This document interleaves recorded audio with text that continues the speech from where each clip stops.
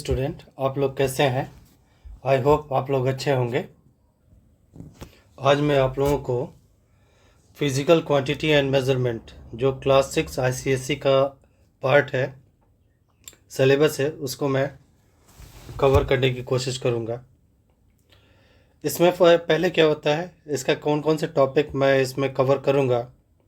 ये है measurement of the length, फिर इसके बाद से concept of length as distance between 2 points, measurement of the length, ruler using measuring tape, units with symbol with full name, then measurement of time, इसके बारे में पढ़ेंगे, concept of time, minutes and second जो भी है, hours minutes and seconds, और measurement of time उसके बारे में देखेंगे, clock watch, stop watch, units with symbol and full name. Measurement of मास में क्या करेंगे, पहले मास के डेफिनेशन के बारे में पढ़ेंगे, तो फिर इसके बाद से measurement of mass using beam balance and electronic balance, what is the units of mass including सब multiple units of mass and multiple units of mass. इसी तरीके से हम लोग पढ़ेंगे इसके बारे में measurement of temperature, temperature as a measure of degree of hotness or coldness of body, and measurement of temperature, clinical thermometer or laboratory thermometer, normal temperature of the human body, units symbol और full name के साथ पढ़ेंगे। फिर इसके बाद से concept of area पढ़ेंगे, इसमें area of regular surface and irregular surface दोनों रहेगा, यूजिंग ग्राफ पेपर और यूजिंग फार्मूला बोथ हम कवर करेंगे। अब समझने की कोशिश करते हैं मेज़रमेंट क्या होता है। Measurement can be defined as act of comparing an unknown quantity with the known fixed quantity. जब हम किसी चीज़ का मेज़रमेंट करते हैं, कोई फिक्स क्वांटिटी जैसे मीटर हो गया, तो हम बताते हैं, अब इसी के साथ कंपेयर करेंगे। जैसे किसी पार्क का लेंथ जो है 100 मीटर है, तो हम लोग इसको ऐसे डिनोट करेंगे, किसी पार्क का लेंथ क्या हो गया, तो length is equal to 100 metre.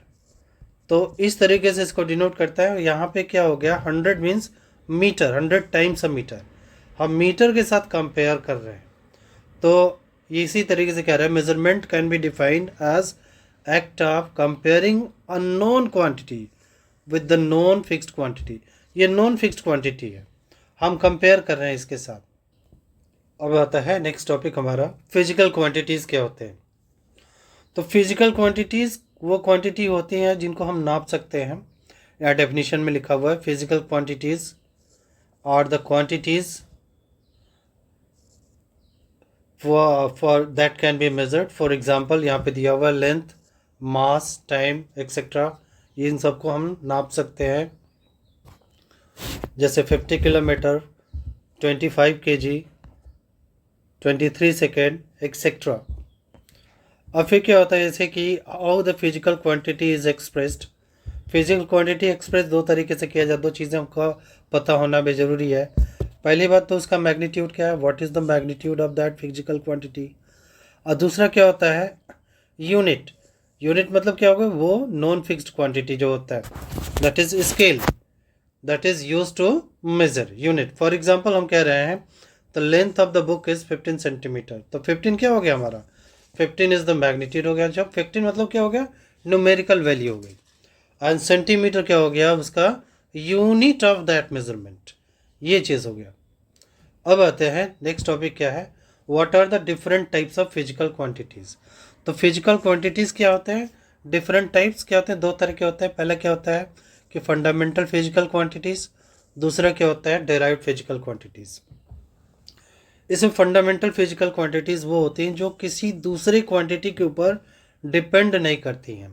तो यहाँ पे quantities that do not depend on any other physical quantity, these are basic. Okay, इनको फंडामेंटल कहते हैं, बेसिक कहते हैं, बेसिक बिल्डिंग ब्लॉक बोलते हैं इसको। These are also known as fundamental quantity, इनको फंडामेंटल क्वांटिटीज़ बोलते हैं और बेसिक फिजिकल क्वांटिटी भी बोलते हैं, क्योंकि ये फिजिकल क्वांटिटीज़ दूसरे के ऊपर डिपेंड नहीं करती हैं। अब आता है यहाँ पे, तो फंडामेंटल क्वांटिटीज़ और उनके बेसिक यूनिट कितने होते हैं? तो कुछ ही होते हैं, बाकी सब तो डिराइव्ड होते हैं। तो फंडामेंटल क्वांटिटीज़ और यूनिट की बात आती है, यहाँ पे दे रखा है जैसे लेंथ हो गया, तो लेंथ का फंडामेंटल यूनिट क्या हो गया? मीटर हो गया, और इसका सिंबल एम हो गया, स्मॉल एम। मास का क्या हो गया? किलोग्राम हो गया। टाइम का क्या हो गया? सेकेंड हो गया। इलेक्ट्रिक करंट क्या हो गया? एम्पियर हो गया। टेम्परेचर हो गया केल्विन, और इसी तरीके से अमाउंट ऑफ सब्सटेंस मोल हो गया, और ल्यूमिनस इंटेंसिटी का क्या हो गया? कैंडेला हो गया। तो ये क्या हो रहे हैं? These are the basic physical quantities. बाकी जितनी अदर भी फिजिकल क्वांटिटीज़ है सब क्या करते हैं? इसके ऊपर डिपेंड करते हैं। ओके, अब देखिए क्या हो रहा है नेक्स्ट, क्या हो रहा है? Derived physical quantity. Derived physical quantities क्या होता है? तो derived physical quantities are those quantity जो दूसरे, यानी ये फंडामेंटल फिजिकल क्वांटिटीज़ के ऊपर क्या करते हैं? डिपेंड करते हैं। तो क्या हो जाएगा यहाँ पे? The physical quantity which are derived from the fundamental quantities are known as derived quantity. जैसे हो गया कि हम बिल्डिंग की बात करते हैं, तो बिल्डिंग किस चीज़ से मिलके बना होता है? जैसे सीमेंट हो गया, बालू हो गया, ईंट हो गए, और लोहे की छड़ हो गई, इन सारी चीज़ हो गए। तो ये सब क्या होंगे? इसके रॉ मटेरियल जो बेसिक क्वांटिटीज़ हैं, इनसे मिलके क्या होता है? बिल्डिंग बनती है। तो बिल्डिंग जो बन के आया है ये क्या कहलाएगा? Derived quantity. तो जैसे अब आते हैं कि ओरिजिनल एग्जाम्पल पे, जैसे एरिया देखिए, area depends on length and breadth. जैसे formula of length, formula of area क्या होता है? लेंथ मल्टीप्लाइड बाई ब्रेथ होता है। तो this is the derived quantity. क्यों इस पे डिपेंड करता है?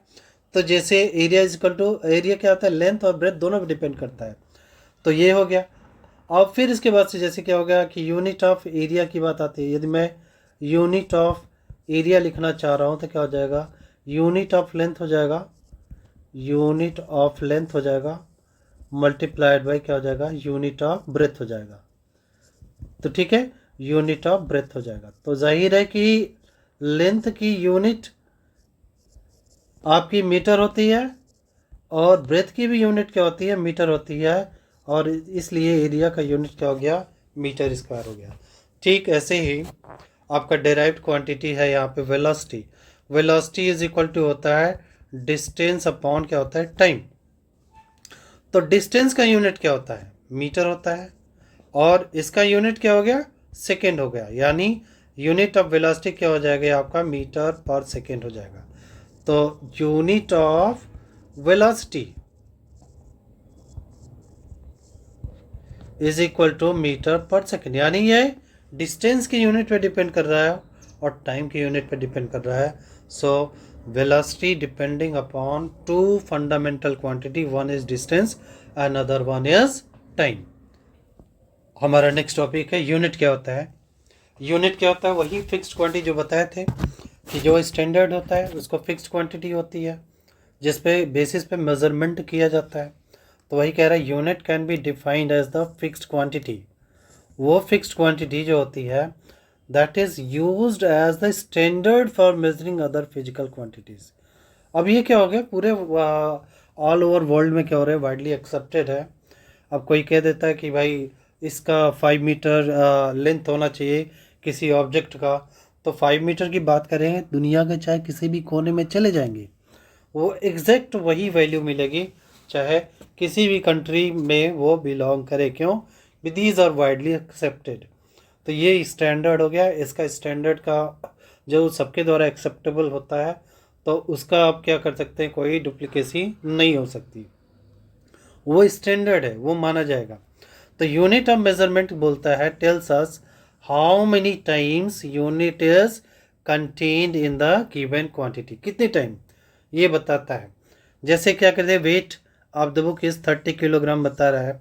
इसका मतलब ये हो गया unit of mass is kilogram, और इसका मतलब न्यूमेरिकल वैल्यू ये बताती है this mass is 30 times of that unit of that kilogram. यानी वन किलोग्राम यूनिट से उसका क्या कर रहा है? 30 टाइम्स, यानी 1 किलोग्राम को कितनी बार ऐड कर दिया गया? 30 टाइम ऐड कर दिया गया। 1 kg plus 1 kg plus 1 kg, यानी कितनी बार ऐड कर दिया गया? या कितनी बार उसको या 30 टाइम मल्टीप्लाई कर दिया जाए, दैट इज 30 टाइम्स, तो that will give you 30 kg, that is 30 times a kg, यानी उसके 1 kg का 30 टाइम्स। अच्छा, next one is, next topic क्या था, what are the properties of the unit. Unit की क्या प्रॉपर्टीज होती है? तो प्रॉपर्टीज ऑफ यूनिट बोलता है इट शुड नॉट चेंज, जो यूनिट होती है should not change with time, place, temperature और एनी अदर फिजिकल कंडीशन। चाहे जो भी फिजिकल कंडीशन हो, यूनिट कभी चेंज नहीं होता, ये वैसे ही रहता है। और it should not be, it should be a proper size. जैसे हम क्या करें, कन्वीनियंट टू यूज़। अब क्या कर रहे हैं, जैसे मैंने कहा बुक की लेंथ हमें मापनी है, तो बुक की लेंथ मापने के लिए हमें उसका यूनिट सेलेक्ट करना पड़ेगा सेंटीमीटर में। यदि बुक की लेंथ हम किलोमीटर में नापेंगे तो this is not convenient unit for measuring the length of the book. वैसे तो डिस्प्ले तो किया जा सकता है, लेकिन अप्रोप्रिएट यूनिट नहीं है बुक की लेंथ मेज़र करने का। और it should be universally accepted, और इसको क्या करना चाहिए, जहाँ पे भी इसमें कोई डाउट नहीं होना चाहिए, ऐसा कह रहे हैं कि कहीं और चले जाएं वो माने ही ना, हम अपना यूनिट ऑफ स्टैंडर्ड लेके चल रहे हैं, because it is widely accepted ना। तो it should be universally accepted, that could be accepted to any part of the world. What are the non standard unit of measurement. जब पहले ज़माने में जब कोई स्टैंडर्ड नहीं था तो लोग नापते थे किस तरीके से, क्यूबिट से नापते थे। तो क्यूबिट क्या होता है, length between the middle finger and the elbow, उसके बीच में क्या होता है कि जो लेंथ होती है वो क्या कहलाता है, क्यूबिट कहलाता है। इसी प्रकार से हैंड स्पैन क्या होता है, length between the tip of the thumb to the little finger. ठीक है, जब भी हम अपने पाम को फैला देंगे तो क्या हो जाएगा, जो tip of the, that is यहाँ पे दिया है tips of the thumb and the little finger, उनके बीच में जो डिस्टेंस होता है वो क्या कहलाता है, आपका हैंड स्पैन कहलाता है।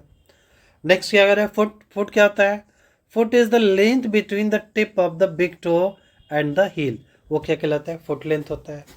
पेस और स्ट्राइड, जैसे हम कदम ताल करते हैं ना, 2 कदम, 4 कदम, 5 कदम, तो इसके पहले जो नापा जाता था, तो length that is STRIDE is the length covered in a single step, यानी एक स्टेप में जितना लेंथ कवर करता है वो क्या कहलाता है, स्ट्राइड कहलाता है। अच्छा, system of standard unit of measurement. अब कितने system of standard unit of measurement है, there are 3 system, most widely 3 system develop किए गए हैं as the standard unit of measurement. पहला क्या हो गया, MKS सिस्टम, जिसमें मेन चीज़ क्या होता है, मीटर, लेंथ का यूनिट क्या होता है, मीटर होता है, मास का यूनिट किलोग्राम होता है, और टाइम का यूनिट क्या होता है, सेकेंड होता है। दूसरा क्या बनाया गया यहाँ पे, CGS सिस्टम, जहाँ पे लेंथ की यूनिट सेंटीमीटर, मास की यूनिट ग्राम और टाइम की यूनिट सेकेंड लिया गया। और तीसरा क्या होता है, FPS सिस्टम, जिसको कहते हैं foot, pound and second system. ऐसे ही लेंथ का यूनिट फुट लिया गया और इसका यूनिट क्या कर दिया गया, पाउंड लिया गया मास का यूनिट, और टाइम का यूनिट क्या लिया गया, सेकेंड लिया गया। अब आता है SI यूनिट क्या होती है। SI यूनिट क्या होता है, SI unit stands for the international systems of unit, और सिस्टम इंटरनेशनल, जी यूनिट से फ्रेंच में लिखा गया है, कह रहे which is globally accepted system of measurement, जो है क्या कर दिया गया, ग्लोबली एक्सेप्ट किया गया, और used in science, engineering and in our daily life also. हम लोग भी यूज़ करते हैं, जैसे प्लॉट खरीदते हैं तो प्लॉट का भी देखते हैं, इतने स्क्वायर फीट प्लॉट है, इतने प्लॉट की कीमत पर स्क्वायर फीट ये है, इतना क्यूबिक मीटर क्यूसेक पानी है, तो ये सब क्या है, एक्सेप्टेड है, वाइडली एक्सेप्टेड है ये SI यूनिट। अब कह रहे हैं कि ये provide the consistent framework for measuring the physical quantities like length, mass, time और टेम्परेचर, इन सबको मेजर करने के लिए ये फ्रेमवर्क प्रोवाइड करता है। अब आते हैं हमारे नेक्स्ट टॉपिक पे, क्या हो रहा है कि कौन कौन से फंडामेंटल SI यूनिट्स हैं। जैसे मीटर हो गया for measuring the length, as standard लिया गया। Second, that is the standard unit for measuring time, SI unit. SI ampere, ampere किसके लिए हो गया, इलेक्ट्रिक करंट का स्टैंडर्ड यूनिट हो गया। Kelvin for measuring the temperature के लिए सही यूनिट हो गया, mole for the amount of substance के लिए हो गया, kilogram for measuring the mass, और candela for the luminous intensity, इसको मेज़र करने के लिए हो गया। अब हमारा नेक्स्ट टॉपिक है कैसे लेंथ को मेज़र किया जाता है, मेजरिंग द लेंथ। तो लेंथ क्या होता है? Length is the distance between any two points. दो पॉइंट्स के बीच में क्या होता है? डिस्टेंस क्या कहलाता है? ये क्या कहलाता है? लेंथ कहलाता है। ठीक है, जैसे ए बी दो पॉइंट्स हैं, इनके बीच में जो डिस्टेंस है, कितनी दूरी है, उसको क्या कहते हैं? लेंथ कहते हैं। तो we measure the different length like, जैसे हाइट हो गया, विड्थ हो गया, लेंथ ऑफ द रूम हो गया, हाइट ऑफ ए हिल हो गया, थिकनेस ऑफ द वायर या book for the different purposes. तो इस तरीके से हम क्या कर देते हैं? लेंथ को डिफाइन करते हैं। एंड इसका स्टैंडर्ड यूनिट पहले ही हम लोग जान चुके हैं। The standard unit of length is metre. और उसके अलावा क्या होता है? कुछ मल्टीपल यूनिट्स भी होते हैं, कुछ सब मल्टीपल यूनिट्स होते हैं। तो सब multiple units are centimetre, millimetre, decimetre वगैरह होते हैं, जहाँ पे 1 metre is equal to 100 centimetre, 1 metre is equal to 1000 millimetre and 1 metre is equal to 1 decimetre. ये भी सही है, यदि आप लिख सकते हैं। कन्वर्जन आपको करना है कि 1 सेंटीमीटर इज इक्वल टू कितने मीटर, तो 1 centimetre is equal to 1/100 metre. और इसी तरीके से 1 millimetre is equal to 1/1000 metre हो जाएगा। And 1 decimetre is equal to आपका हो जाएगा 1/10 मीटर हो जाएगा। नेक्स्ट आते हैं multiple units of length are, क्या होते हैं? डेकामीटर, हेक्टोमीटर एंड किलोमीटर, जहाँ पे ये रिलेटेड है। 1 kilometre is equal to 1000 metre, ये गलत छप गया है, दैट इज 1000 मीटर हो गया। And 1 hectometre is equal to 100 metre and 1 decametre is equal to 10 metre. अच्छा, devices use to measure the length. कौन कौन से डिवाइसेस क्या होते हैं लेंथ को मेजर करने के लिए यूज होता है? Devices are use to measure the length are, जैसे रूलर हो गया, मेजरिंग टेप हो गया, मीटर स्केल हो गया, वर्नियर कैलिपर्स हो गया, स्क्रू गेज हो गया, फुट रूलर हो गया। ये सारे डिवाइसेस क्या होते हैं? लेंथ नापने के लिए इनका यूज़ किया जाता है। अच्छा, आप देखा measuring the length using the ruler. यदि रूलर यूज़ करेंगे तो कैसे लेंथ को मेज़र करेंगे? तो सबसे पहले क्या होता है? Place the ruler correctly. जैसे कोई ऑब्जेक्ट है रखा हुआ है, इसका लेंथ हमें क्या करना है? हमें रूलर से नापना। ये ऑब्जेक्ट है, अच्छा ये ऑब्जेक्ट है, इसका लेंथ मुझे नापना है रूलर से। तो रूलर को ऐसे रखेंगे, एकदम अप स्ट्रेट, एकदम स्ट्रेट रखेंगे। यहाँ पे जो मार्किंग रखा होगा इस हिसाब से रूलर को रखेंगे। जो मार्किंग रहेगा, जीरो मार्किंग उसके साथ 1 एज के साथ कौन साइड करनी चाहिए। इंश्योर इट इज़ स्ट्रेट, ये पता कर लेना चाहिए कि जरा भी टेढ़ा मेढ़ा ना हो, एकदम सीधा होना चाहिए, लाइक दिस। और फिर क्या होता है? The ruler should be lie flat and be parallel to the object.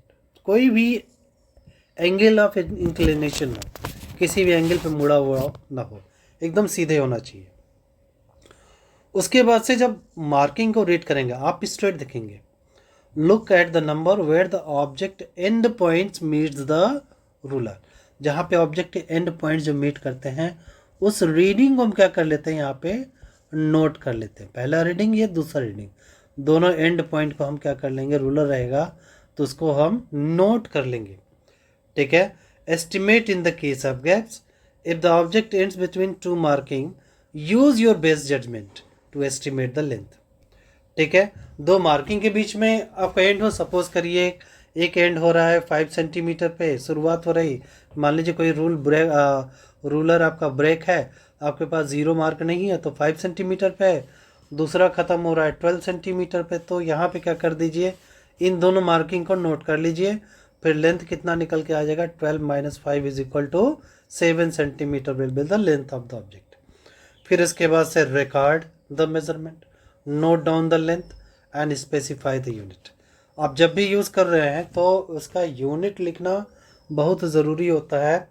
हम कई बार स्टूडेंट ऐसी गलतियां करते हैं, वो तो सिर्फ न्यूमेरिक वैल्यूज़ तो लिख देते हैं। न्यूमेरिक वैल्यूज़ लिखने के बाद उसका यूनिट नहीं लिखते हैं।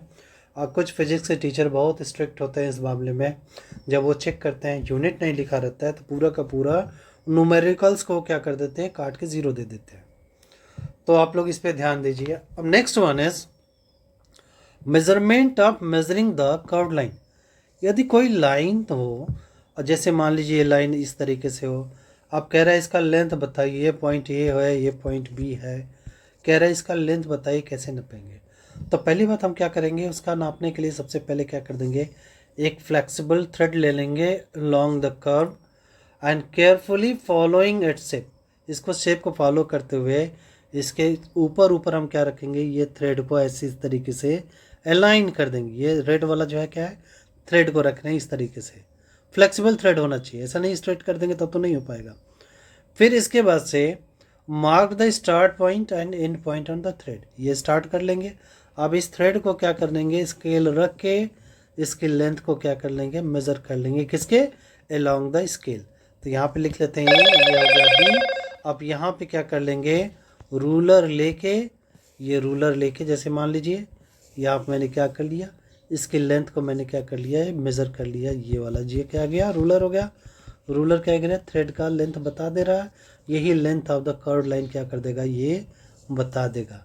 ठीक है, इस तरीके से कर्व लाइन का लेंथ हमें क्या होता है, पता चल जाता है। कह रहा है straighten the thread and measure the length of the ruler. Ruler का रूलर से इसका लेंथ क्या कर लीजिए, मेज़र कर लीजिए, नाप लीजिए। जैसे कुछ डायग्राम अवेलेबल है हमारे लिए।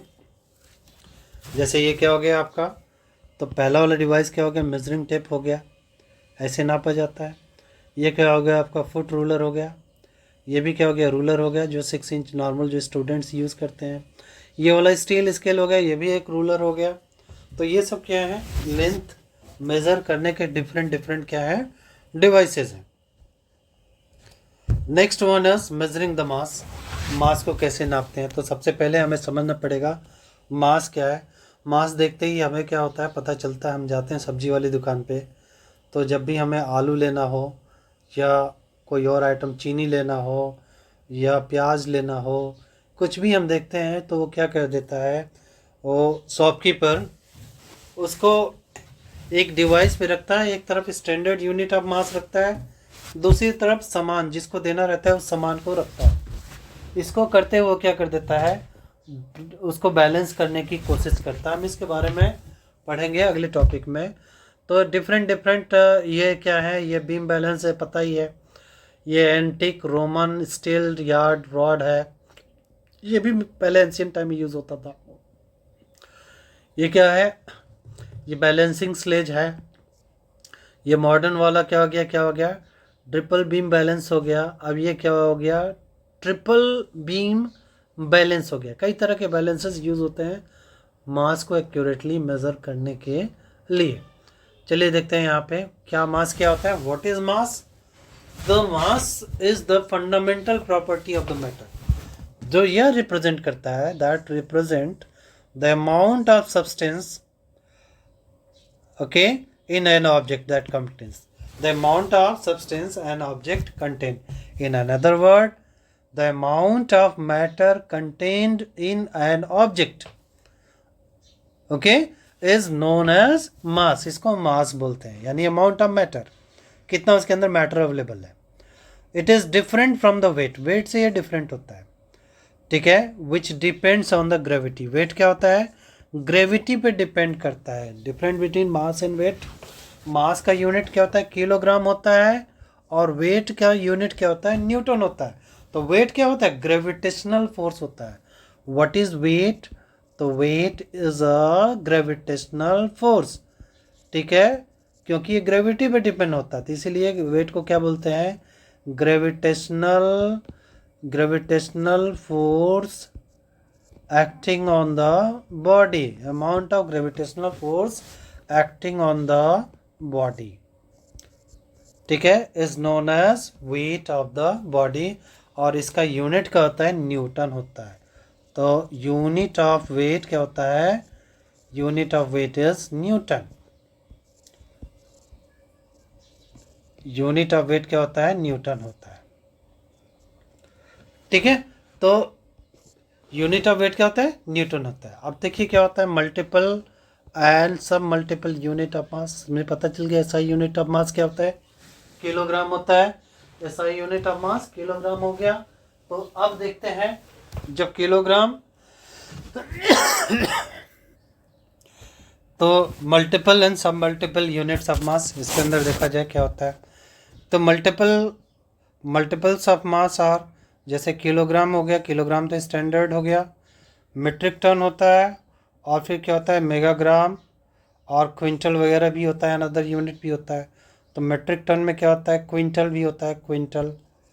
तो जहाँ पे 1 क्विंटल इज इक्वल टू क्या होता है, 100 kg के बराबर होता है। तो 1 quintal is equal to 100 kg। और metric ton is equal to 1 metric ton, और 1 टन इज इक्वल टू क्या होता है, 1000 किलोग्राम के बराबर होता है, या मिल्टी। ठीक है, मेगाग्राम भी बोलते हैं। मेगाग्राम का मतलब क्या होता है, 1 मीट्रिक टन के बराबर होता है, that is equal to 1000 kg। अच्छा, अब देखते हैं इसके सब मल्टीपल यूनिट भी होते हैं। यूनिट के, ठीक है, मास के जो है सब मल्टीपल यूनिट कौन कौन से हैं, दैट इज़ पहला क्या हो गया, ग्राम हो गया, जहाँ पे 1 ग्राम इज इक्वल टू 1/1000 क्या होता है, किलोग्राम हो गया। मिलीग्राम क्या होता है, 1, ठीक है। तो 1 मिलीग्राम इज इक्वल टू क्या होता है, मिलीग्राम इज इक्वल टू 1/, ये कितना हो गया, 1 10 100 1000 10,000 लाख, यानी 1 के आगे 50। ठीक है, तो मिलीग्राम 1 2 3 4 5 6, यानी 1 दिस इज क्या होता है, किलोग्राम के बराबर हो, 1/10 लाख किलोग्राम के बराबर होता है। अच्छा, यहाँ पे जो दिया हुआ है 1 माइक्रोग्राम इज इक्वल टू क्या होता है, ये भी होता है 1 माइक्रोग्राम इज इक्वल टू 10⁻⁶। ये देखते हैं कितना होता है माइक्रोग्राम, आई थिंक 1 2 3 4 5 6 7 8 9, यानी 10⁻⁹ ठीक है, किलोग्राम के बराबर होता है। अब देखिए क्या होता है यहाँ पे,